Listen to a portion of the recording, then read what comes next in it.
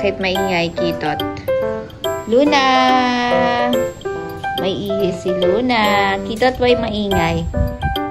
Luna! Why maingay si Kitot? Kisses! Milo! Mocha! Ayaw wala sa mood.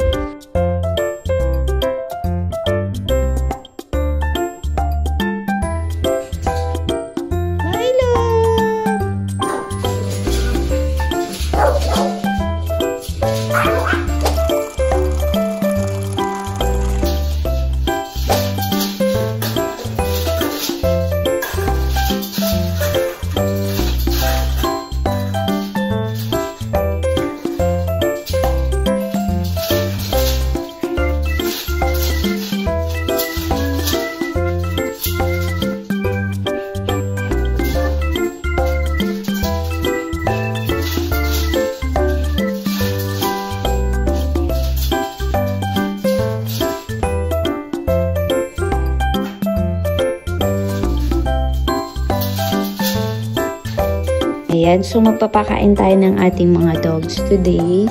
So ngayon ay 5 weeks na rin itong aking French Bulldog na buntis. So magpapalit na tayo ng kanyang diet. So kung dati is ganito kadami, dadagdagan na natin siya ng half ng mga half. Tapos papalitan na rin natin yung dog food na kung hindi pa kayo puppy, palitan nyo na rin. Kasi ako puppy talaga ako ever since eh.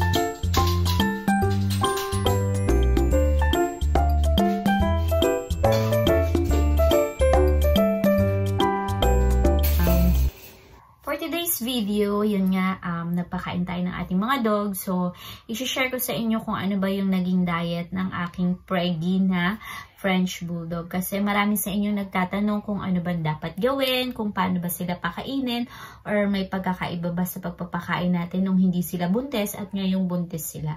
So, once na malaman nyo na buntis yung inyong mga dogs, so magpapalit lang kayo ng kanilang diet or iibahin nyo lang sila ng after ng 4 weeks. So, 4 weeks and a half or 5 weeks sakto is mag-iiba na yung diet natin. Kung dati mo silang pinapakain ng adult na dog food, ngayon, pag 5 weeks na sila is kailangan na natin i-change sa puppy food.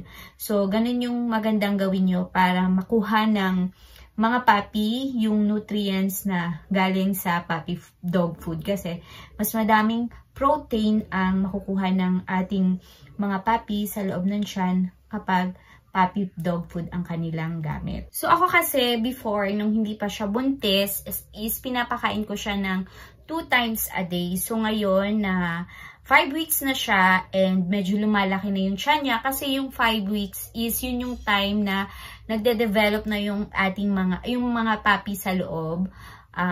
Nagkakaroon na sila ng mga paa, mata, ganon. Kasi 4 weeks is heartbeat pa lang yung nararamdaman natin. Pero ngayon, yung 5 weeks na date is unti-unti na nag-develop yung ang mga puppy sa loob ng tiyan.